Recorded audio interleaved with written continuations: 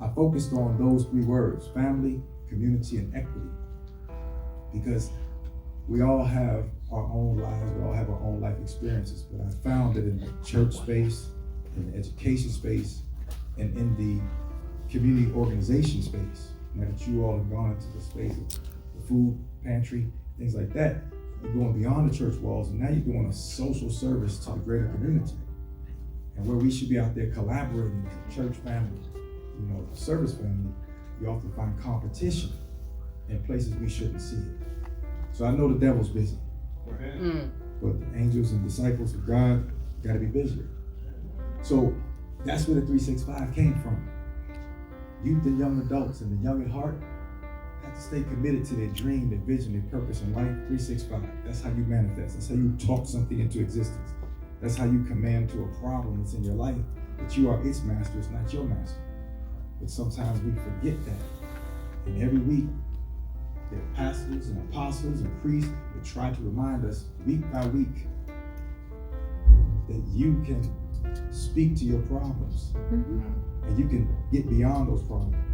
But a lot of times we yield our power and our strength to the things that we're going through and the storms that we're going through and the people that bring forth the storms that we're going through, and forget how much power, bless you, forget how much power that we have. So they say we were created in the image of, right? Amen. So how do we keep forgetting? If you're made in the image of, that must mean you are of that you were made in the image of. So the Creator that created us all created us to create the creations that we see. So we can create change, we can create love, right? So we can create power. Right. So that's what I've been busy doing. And what I found when I got to Chicago was a lot of organizations serving us, the third largest city in the country, but they were competing.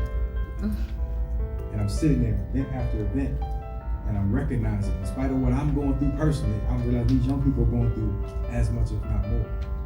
So now I can feel that maybe the pain that I'm going through gives me a chord, a new chord, like the instrument you were just playing.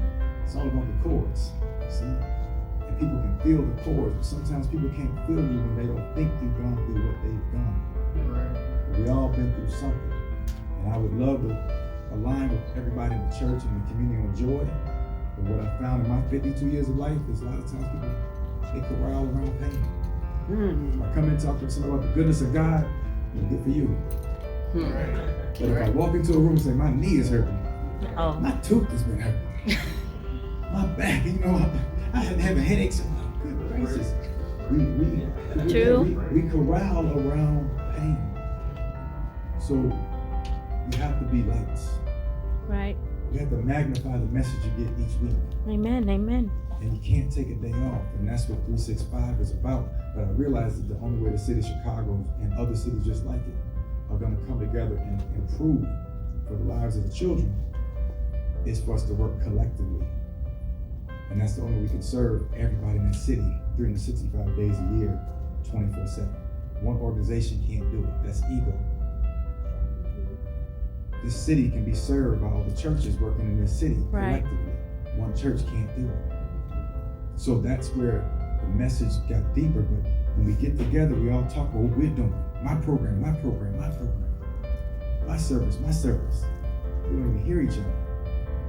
But what I realized, and what God revealed to me, is that when you tell me why you do what you do, I never forget you. And I connect to that. And a lot of organizations have never thought about going to the why we do what we do, as opposed to what we actually do. So I decided that's how I'm bringing the city together. And go city by city, the center of the country, back to the West Coast, and on to the East Coast. Is connecting the why.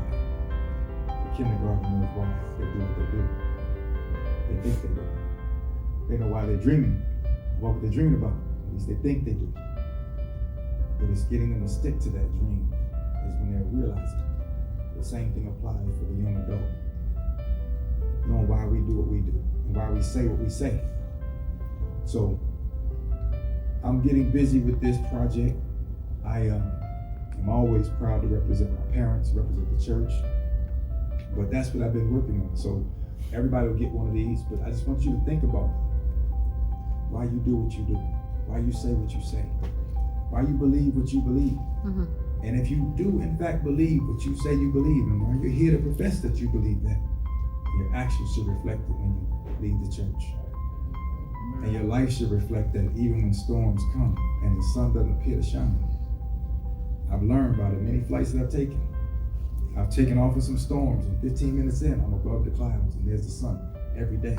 God shines every day. Never misses a day. Every day. It's just a perspective with gray skies to cloud the way. So just remember that.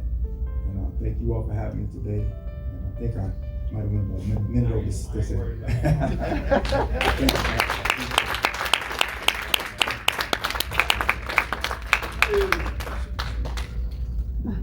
Wow, it's really deep.